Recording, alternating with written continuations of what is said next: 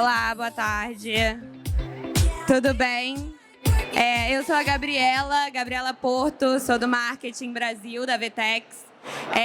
A gente está aqui hoje para falar sobre Content Driven Retail, o futuro da produção de conteúdo, as tendências que já estão transformando o hoje, né? A gente está aqui com a Patrícia, do TikTok, o Pedro, da Winning, e o Stefano, da VTEX. Eu vou pedir que cada um deles se apresente para vocês. Por favor, obrigada pela presença. Obrigada pela apresentação, obrigada à VTEX pelo convite de estarmos hoje juntos. Eu sou a Patrícia, eu sou líder da área de Marketing Solutions, que constrói os pontos de vista do TikTok para o mercado brasileiro. Bom, boa tarde a todos, eu me chamo Pedro Drable. Vocês vão notar que eu não tenho esses olhos claros. Infelizmente, o nosso CEO não pôde vir, ele ficou doente, o Jean Martinez, mas eu vim aqui compartilhar um pouco dos propósitos e de como a Winning trabalha usando AI para poder informar as marcas e tornar marcas cada vez mais relevantes. Olá, boa tarde, eu sou Stefano Manzoli, sou diretor de Core Marketing na VTEX.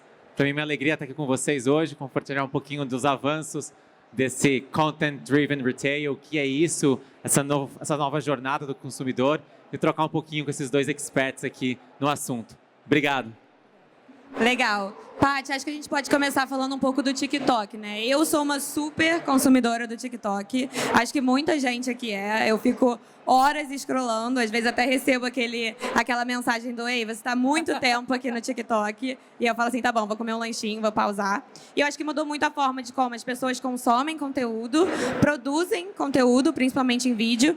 E eu acho que isso tem muito impacto para as marcas. Eu queria que você contasse um pouquinho de como vocês lá no TikTok veem isso. Eu sei que você trouxe uma apresentação, então, por favor. Muito obrigada. Bom, pessoal, eu acho que a primeira coisa que a gente tem... Desculpa, só uma coisa. Eu esqueci. A gente vai abrir para perguntas da plateia no Slido. Então, por favor, se vocês tirarem um minutinho para escanearem esse QR Code, a gente vai ter 5 minutos no final e vocês podem fazer a pergunta que vocês quiserem para os nossos convidados. Vamos deixar um minutinho. Dá mais um tempinho, por favor. Pro pessoal. Aí você me fala, quando você quiser que eu siga. Acho que a gente pode seguir. Boa.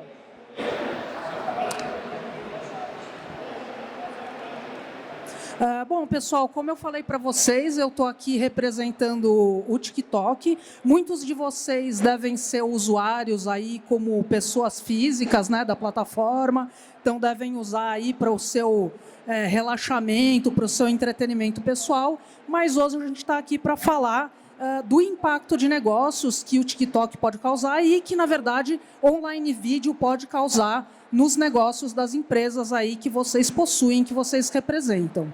Bom, já me apresentei para vocês, então eu sou essa pessoa aí que representa um time que vai conectar os insights de dentro da plataforma, então tudo que a gente sabe sobre os nossos usuários, sobre as nossas comunidades, com oportunidades de negócio para todos vocês que querem fazer uso de mais essa ferramenta dentro dos planos de mídia e da estratégia de conteúdo de vocês.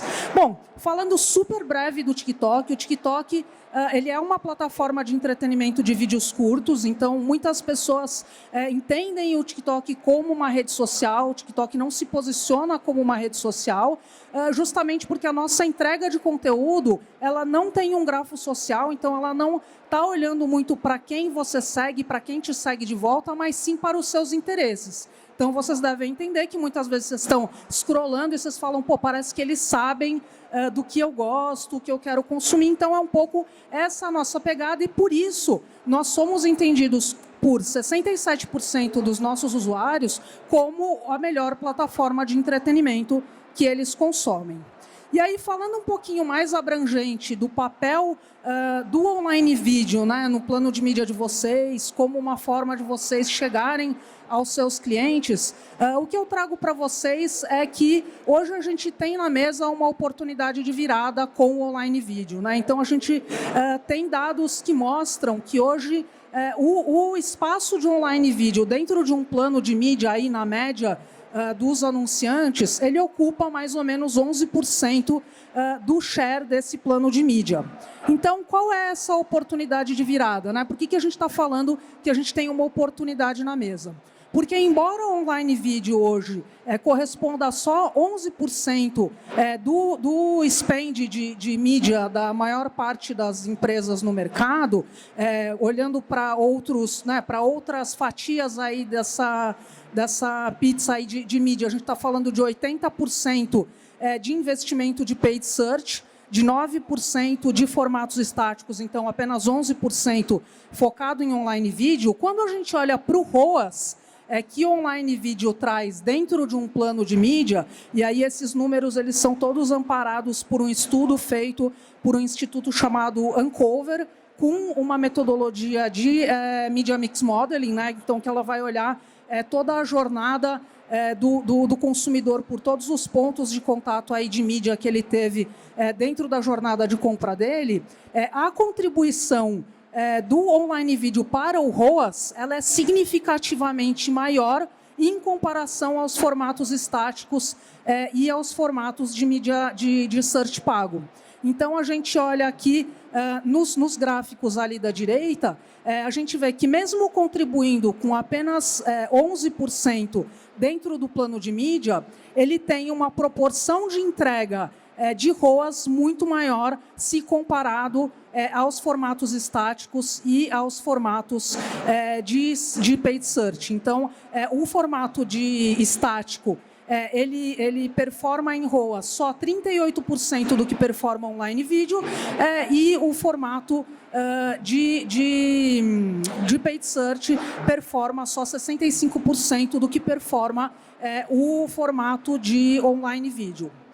Além disso, a gente pode ver que a jornada de compra mudou, né? Então, o funil de compra não é mais aquele funil que a gente está acostumado tradicionalmente de awareness, consideração e conversão, mas ele tem se transformado cada vez mais, e com a ajuda do TikTok aí nessa transformação, num loop infinito. Então, as pessoas elas não estão indo linearmente do awareness para a consideração, para a conversão, mas elas passam muitas vezes de um momento de discovery direto para uma conversão, ou de um momento de consideração direto para a conversão.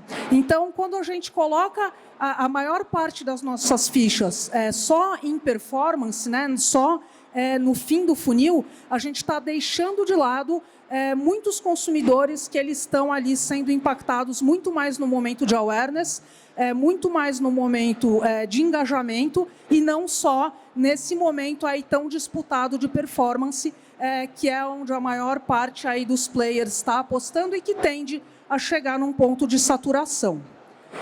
Bom, e aí a última mensagem que eu tenho aí dessa abertura, para não ocupar também o tempo dos nossos colegas, é falar que, falando especificamente de TikTok, nós temos algumas ferramentas que podem ajudá-los aí a implementar bem o online vídeo dentro da plataforma. Então, em primeiro lugar, a gente pode falar do TikTok Creative Exchange, então, que é uma ferramenta onde você tem acesso aos nossos parceiros especializados em TikTok, que podem oferecer aí tanto criadores como execuções de campanha, especialmente feitas para a plataforma, né? Então, execuções TikTok First. A gente tem o nosso Creators Marketplace, que é onde vocês podem entrar em contato com criadores que têm aderência aí, aos assuntos, aos temas que as marcas de vocês trabalham, e podem ajudá-los em execuções que tenham melhor performance. Aí, junto com esse impacto, né, dos creators, a gente fala também de uma solução que não está no slide, mas que é uma solução nova e que já está em beta, que é uma solução do TTCC, que é o TikTok Creative Challenge, onde você pode jogar um challenge, jogar um desafio para os nossos criadores, e eles vão submeter peças diretamente para que vocês usem, né, escolham e usem essas peças nas campanhas de vocês. E, finalmente, a gente tem o CapCut Business, que aí é uma versão do CapCut, que eu acho que é uma ferramenta de edição que alguns de vocês já conhecem, mais focada para business. Então, elas têm templates específicos para empresas, elas têm um monte de formatos que ajudam vocês nesse sentido aí de performar melhor nas campanhas, e aí entrego aí para os nossos colegas fazerem a continuação aí de como a gente pode olhar para online vídeo de uma forma mais inteligente. Obrigada.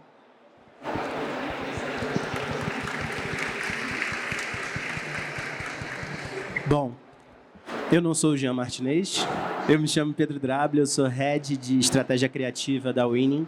Vim representando o nosso CEO aqui, ele infelizmente ficou doente, mas eu vou compartilhar com vocês um pouco de por que a Winning existe, como ela se formou e como ela se conecta com isso tudo que foi dito pela Paty.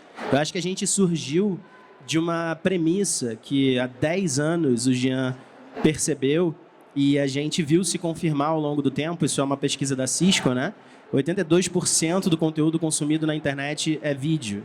Então, isso significa que, para todos vocês que têm um negócio desse no bolso, 82% das coisas que a gente faz aqui, que a gente absorve daqui, é assistir vídeo na internet. E isso faz com que a gente deposite nessa ferramenta muito da nossa emoção, muito da nossa atenção, muito do que a gente precisa para fazer tomada de decisão. Tomada de decisão de consumo, tomada de decisão de toda sorte de decisão. E a gente chama isso de economia da atenção.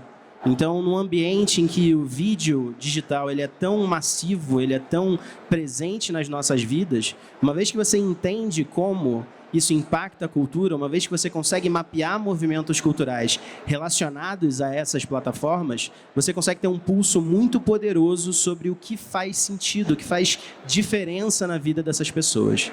E é nisso que a Winning trabalha. A gente acredita muito nessa ideia, né, de que marcas que não virarem creators vão competir desvantagem com creators que vão virar marcas. Vocês viram isso acontecer no mercado, a Boca Rosa está aí, que não deixa a gente mentir.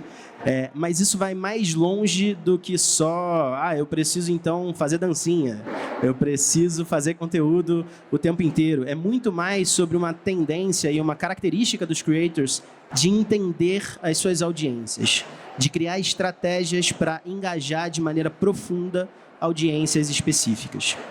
A gente ajuda as grandes marcas, os grandes anunciantes a fazerem isso, através de uma inteligência artificial que foi desenvolvida ao longo desse tempo e que agrega dados de consumo de grandes plataformas de consumo de vídeo. Hoje a gente tem na ferramenta dados de YouTube, Facebook, Instagram, TikTok e Twitch.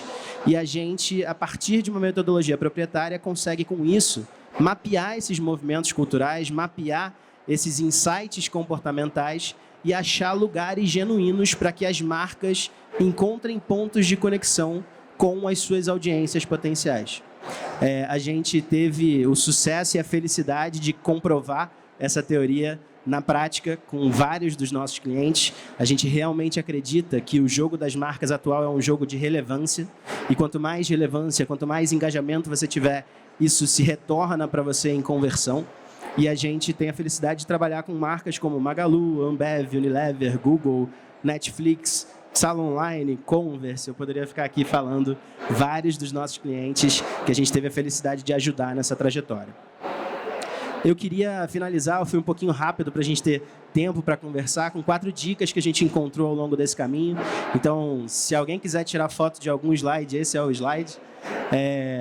A gente acredita muito que é importante instaurar nas empresas uma cultura data-driven, em especial quando a gente fala de criatividade, né? Existe uma briga de milênios aí, será que a inteligência artificial vai tomar o espaço da criatividade? E a gente não acredita nisso, a gente acredita que o ferramental de inteligência artificial veio para acelerar e para potencializar o output criativo. Mas para isso a gente precisa instaurar o olhar para dados como cultura em todas as empresas.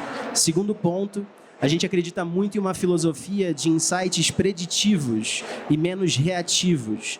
Isso é uma coisa que a gente vê muito com marcas que estão iniciando o seu processo para produzir conteúdo, para tentar entrar no universo de conteúdo, e elas ficam muito nervosas de participar da trend da semana. E isso não necessariamente constrói o que é necessário para que você tenha um residual de marca, um relacionamento que vá se transformando no engajamento genuíno. Então, a gente olha para esses dados através de uma curva de tempo que consegue prever e montar verdadeiros calendários culturais de certos assuntos. A gente percebe, por exemplo, falando de prática aqui, que se eu falasse para vocês qual é o mês que tem mais engajamento ao assunto saúde mental na internet, muita gente falaria setembro. Setembro amarelo. Setembro amarelo é a hora que a gente fala disso. Mas, na verdade, existe um outro pico de engajamento de conteúdo de saúde mental, que é o final do ano, novembro para dezembro, que a gente tem vários motivos para isso. A gente tem reuniões em família, e a gente sabe que esse universo de encontrar com a família muitas vezes pode afetar você dessa maneira. A gente tem a chegada do verão, e a gente sabe que a pressão física para você estar preparado para o verão, ela aumenta numa curva que é muito correlata à curva de busca por saúde mental. Então, você pode extrapolar isso para diversos assuntos, para diversos nichos, com muita granularidade e com muita precisão. E a gente começa a encontrar momentos culturais muito diferentes dos que a gente está acostumado. A gente acredita também nessa ideia de customização em escala. Acho que a gente ouviu falar disso 2 palestras atrás aqui, o pessoal da Electrolux. Então, a ideia de que as pessoas elas estão muito envolvidas com certos nichos específicos. Se você gosta, por exemplo, se a sua marca tem uma associação importante com futebol, não basta falar só do futebol profissional. Existe a galera que fala de jersey culture, de como é que você pega a camisa do time e estiliza com um certo tipo de roupa. Existe a galera que fala de desafio. Existe a galera que fala de corte de cabelo dos jogadores. Os barbeiros dos jogadores de futebol são influencers. Então, a gente tem todo um universo, uma granularidade que pode dar para a gente muitos recortes diferentes de um mesmo assunto ou muitos ângulos para tratar de assuntos diferentes. E a maneira de tratar dessas comunidades, ela não vai ser muito eficiente se ela for muito homogênea. A gente precisa ter, então, uma estratégia de audiências, que é o que a gente sempre fala para os nossos clientes. E, por fim, pensar muito em comunidade e o poder do User-Generated Content. A gente fala bastante sobre como as marcas que estão na próxima fase desse processo, elas estão criando comunidades que têm seus léxicos próprios, seus verbos próprios, seus termos próprios. E a gente pode entender isso aqui. Eu estou com o microfone na mão. Mas se todos vocês resolverem gritar ao mesmo tempo, não tem nada que eu possa fazer com esse microfone aqui para superar a quantidade de barulho que vocês são capazes de fazer. E isso na internet é elevado à 10ª potência. Então, a ideia de criar uma marca que tenha uma relevância cultural tamanha, que ela passe a gerar comunidade e gerar o GC de maneira espontânea, a gente tem vários exemplos desse, acho que a Shein é o exemplo mais icônico desse mercado hoje, é uma das formas que a gente tem de viver e de ganhar relevância nesse novo mercado. A gente vai poder falar um pouquinho mais disso, eu fiz aqui a versão super rápida, mas, enfim, espero que a gente tenha uma boa conversa. É isso, obrigado.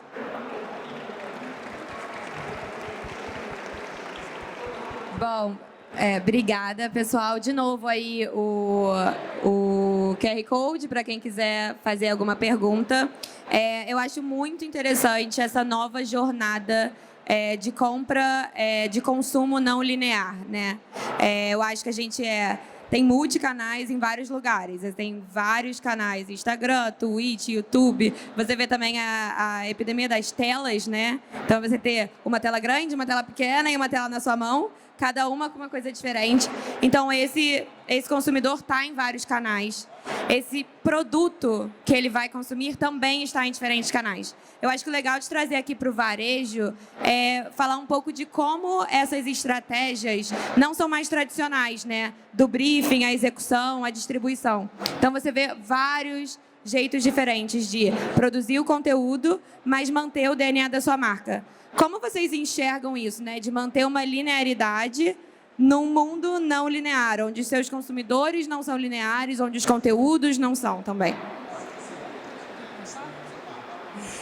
Eu acho interessante essa ideia do linear e do não linear, né? Porque a gente está falando que o funil ele foi desmontado, né? Ele foi desmantelado, então a gente está falando de uma jornada em loop, onde a sua marca pode entrar em contato com o seu consumidor, talvez em momentos inesperados, né? Em momentos que ela nem sempre vai poder prever, mas tem algumas coisas que ajudam a criar uma consistência da mensagem nesse mundo novo aí de produção de conteúdo gerado pelo usuário, gerado pela marca, gerado pelo criador. Então, um grande desafio, o primeiro desafio, e que eu acho que pode ajudar vocês a navegar aí nesse mundo que não é mais linear, é pensar na persona da marca de vocês e como ela se conecta de forma autêntica com essas novas mídias. Então, poxa, se a minha marca fosse uma pessoa, como ela estaria conversando dentro do TikTok, se apropriando das linguagens nativas, né, e conversando de forma horizontal com as pessoas que estão ali e que, eventualmente, podem formar uma comunidade que se interessa pela sua marca. E, em segundo lugar, eu acho que ajuda também, e aí foi interessante quando você falou, de repente, como é que a marca vai entrar na trend da semana? Às vezes ela não vai entrar na trend da semana, que é algo super rápido, super fugaz, mas, por exemplo, no TikTok, dentro da área de Marketing Solutions, a gente trabalha com uma régua que mede o tamanho dessas tendências. Nem toda tendência é uma tendência de uma semana. Às vezes a gente tem coisas super fugazes e quando a marca ela já está bem ambientada na plataforma, ela consegue pular rapidamente e com muita agilidade dentro dessa tendência. Mas tem tendências que estão, por exemplo, ligadas às formas nativas de se comunicar dentro da plataforma, que é fazer um POV, que é fazer uma resposta a um vídeo, que é costurar com outro vídeo, utilizar um filtro, que fazem parte, né, dessa nova linguagem e que podem estar disponível para a marca ali a qualquer momento, sempre que ela entender que tem pertinência de ela entrar naquela conversa. Então, assim, só para abrir a conversa e aí eu passo para o meu colega. Eu acho que você falou uma palavra muito importante, que é pertinência. Se vocês lembrarem um pouquinho do slide que eu apresentei anteriormente, a gente tem esse diagrama de Venn, né, que mostra ali as verdades da marca e as verdades culturais, e a gente acredita nesse sweet spot, que é o encontro da pertinência com a relevância, o encontro do que é genuíno e real, e aqui é necessário um entendimento muito profundo do que essa marca significa, do que ela quer dizer para as pessoas. Acho que parte do que a gente faz também é diferenciar o que os gestores da marca gostariam que ela significasse e o que ela de fato significa. Então, existe também um lugar cultural para a marca, ainda que ele não seja o mesmo lugar que a marca gostaria de ter. E também tentar olhar para a cultura na velocidade que a cultura se apresenta hoje.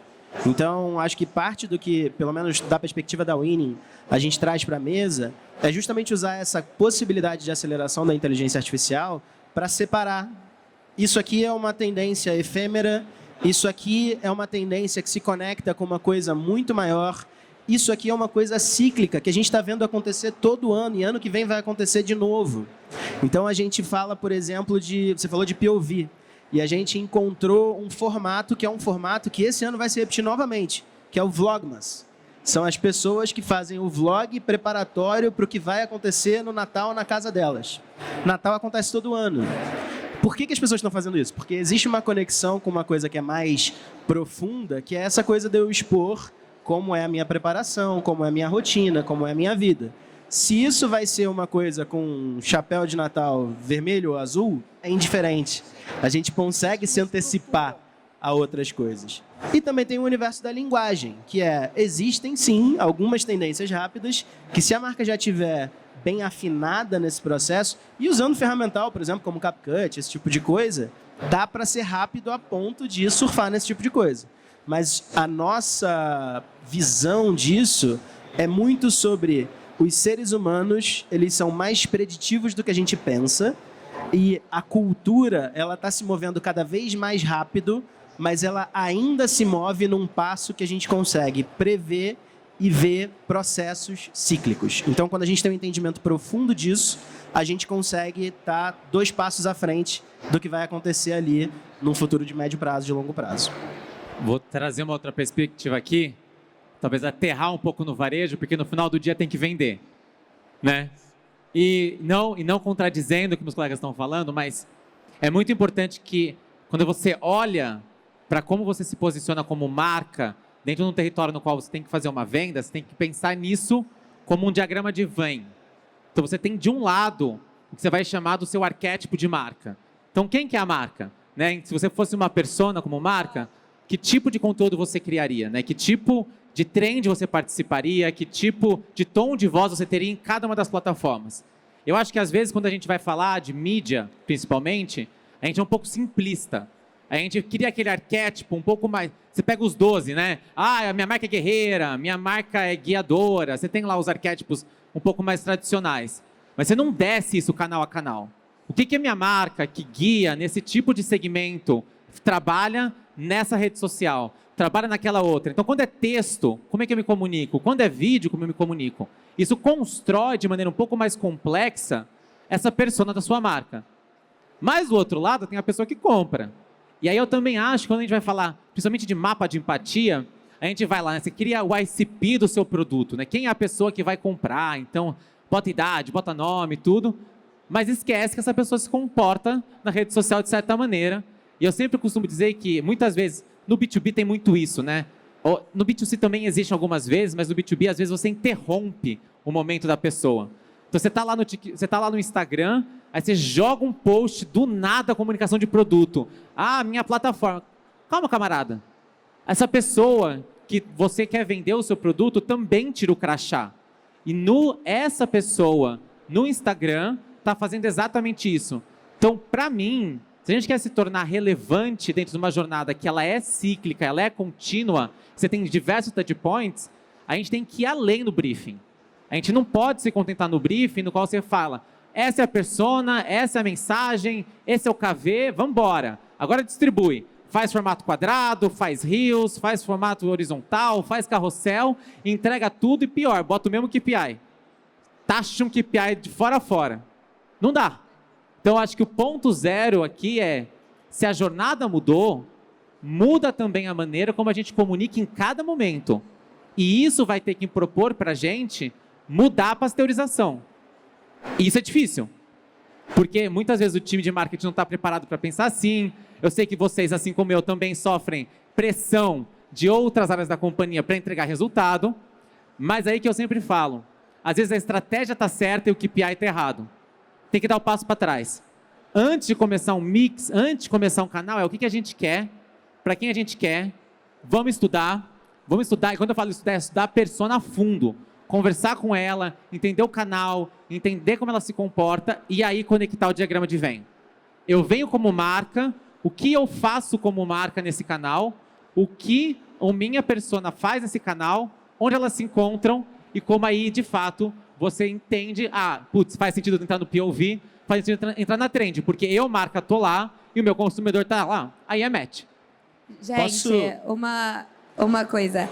Nosso tempo, infelizmente, tá quase acabando. E só puxando um pouquinho, eu ficaria aqui horas ainda falando sobre isso.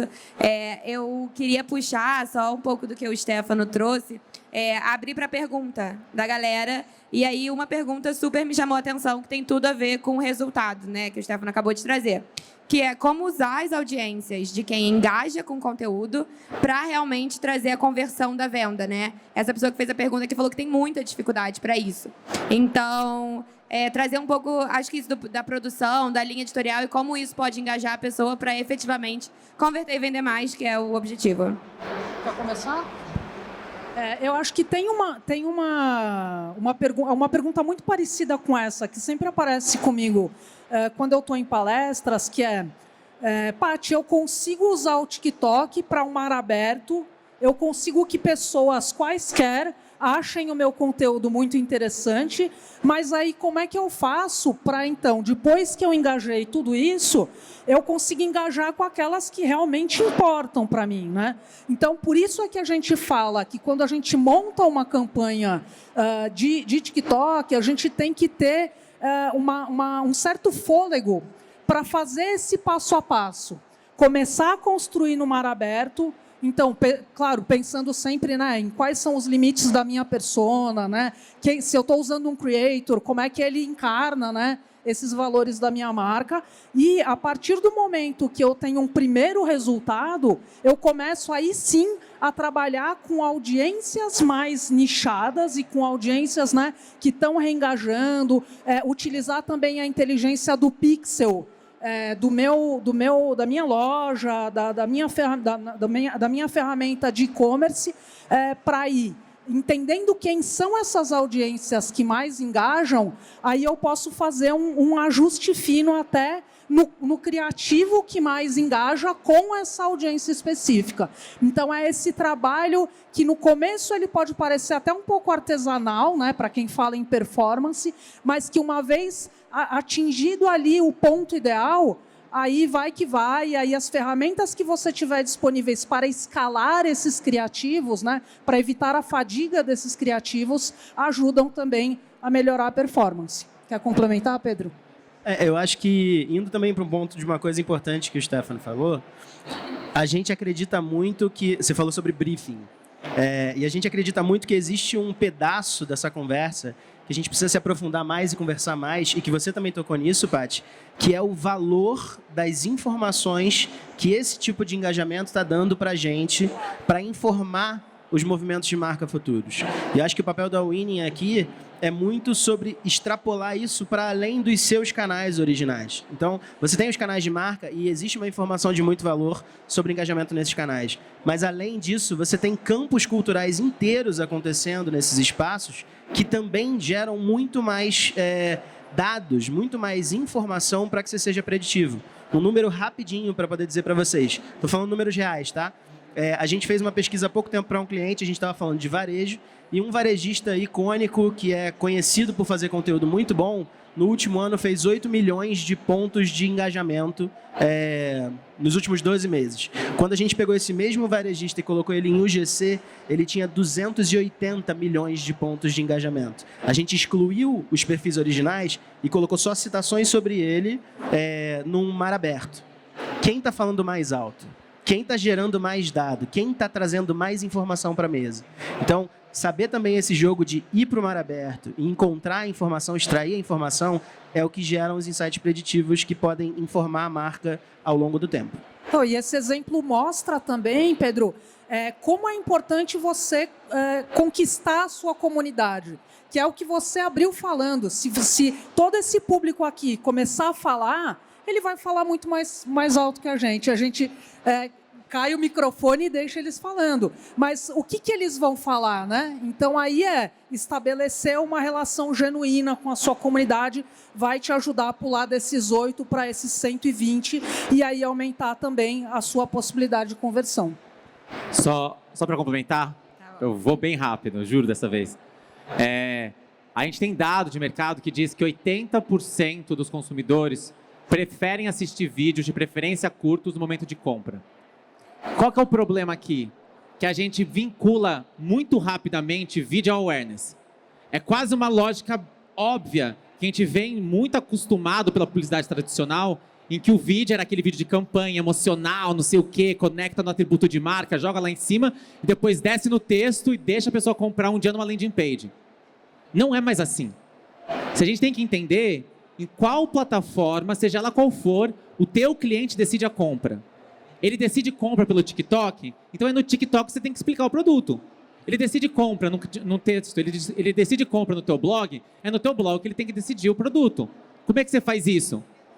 Pixelando, testando, metrificando, procurando os dados. E, de fato, você vai começar a perceber qual dos seus canais, onde você tem esse engajamento um pouco mais interessante e onde, de fato, a venda acontece. Mas é muito importante a gente parar, ou pelo menos mudar esse olhar, que o vídeo, ele pode sim, desde trazer pessoa para sua marca, explicar o teu produto, converter e fidelizar, que às vezes é muito mais importante para aumentar a LTV, e eu sei que muita gente aqui tem venda recorrente. Gostaria mais de falar sobre esse tema, mas a gente tem que encerrar, né, Gabi? Isso, infelizmente a gente vai ter que encerrar, passamos um pouco do tempo, mas foi um aulão. Eu acho que assim, a gente tirou muita lição daqui, foco em resultado, mas foco em produção também. Queria agradecer a participação de todos vocês e agora convidar todo mundo para o main stage, que vai rolar a nossa entrevista com a Malala. É isso, obrigada. Obrigado, gente. Prazer.